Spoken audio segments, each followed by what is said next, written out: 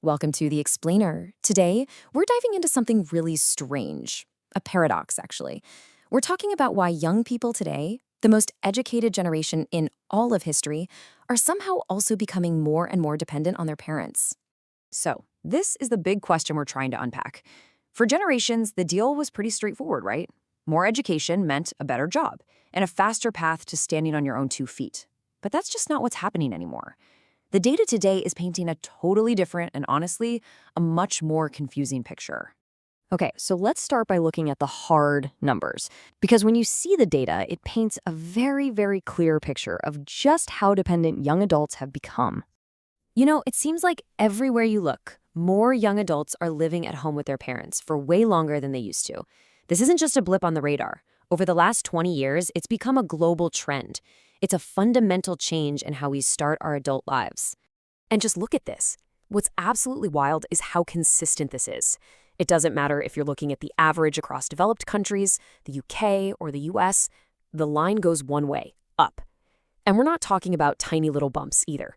In the United States, for instance, the number has jumped by almost 50% in less than 2 decades. That's huge. And in some countries, the numbers are just mind-blowing. Take South Korea. We're talking about 79%. Nearly 8 out of every 10 young adults between 20 and 29 are living with their parents. Let that sink in for a second. It's a similar story over in Southern Europe. In Italy, it's 74%, almost 3/4 of that same age group living at home. So you see, this isn't just a handful of cases. It's become the dominant experience for an entire generation. But it's not just about having a roof over your head, right? This dependence goes deeper. It's financial, too. For a lot of young adults, it means relying on direct support from their parents just to cover basic living costs. 55%. In the United States, that's the number of adults under the age of 34 who are getting some form of financial help from their parents. That's more than half. It's officially the majority experience now. And this next number really shows you the depth of the issue. 38.9%. In South Korea, that's the percentage of young adults who say their parents are their primary source of income. Not for extra cash, but for their actual livelihood. Okay, so we've got this picture of growing dependence. Now let's switch gears and look at the other side of this whole puzzle. Because at the exact same time all this is happening, another trend is just skyrocketing. I mean, it's not even close. This generation is, by a long shot, the most educated one we have ever seen. Higher education has gone through this seismic shift. What used to be a privilege for a small few has become a totally mainstream, almost expected part of life. And the numbers back this up in a big way. Just look at this leap. Across developed nations, back in 2000, about 27% of young people had a university degree. By 2023, that number jumped to nearly 48%. It almost doubled in just over 2 decades. That's a historic level of expansion. And this isn't just happening in a few wealthy countries either. It's a global phenomenon.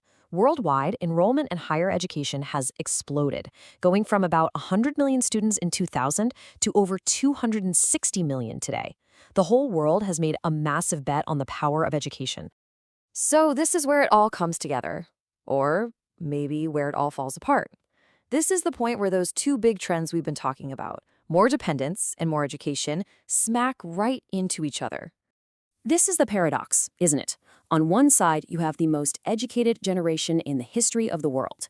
And on the other, you have a generation with a growing structural reliance on their family. So, how does that work? How can both of these things be true at the same time? This whole situation forces us to ask some really fundamental questions. And they're not just about the value of a degree, but about the very structure of our society today. So the first big question is this. Could this be a clear sign of what some economists call credential inflation? You know, the idea that when pretty much everyone has a degree, each individual degree actually becomes less valuable?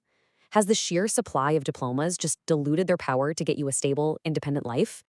And that brings us to a final and maybe more provocative question. Let's set aside all the other economic factors for just a second.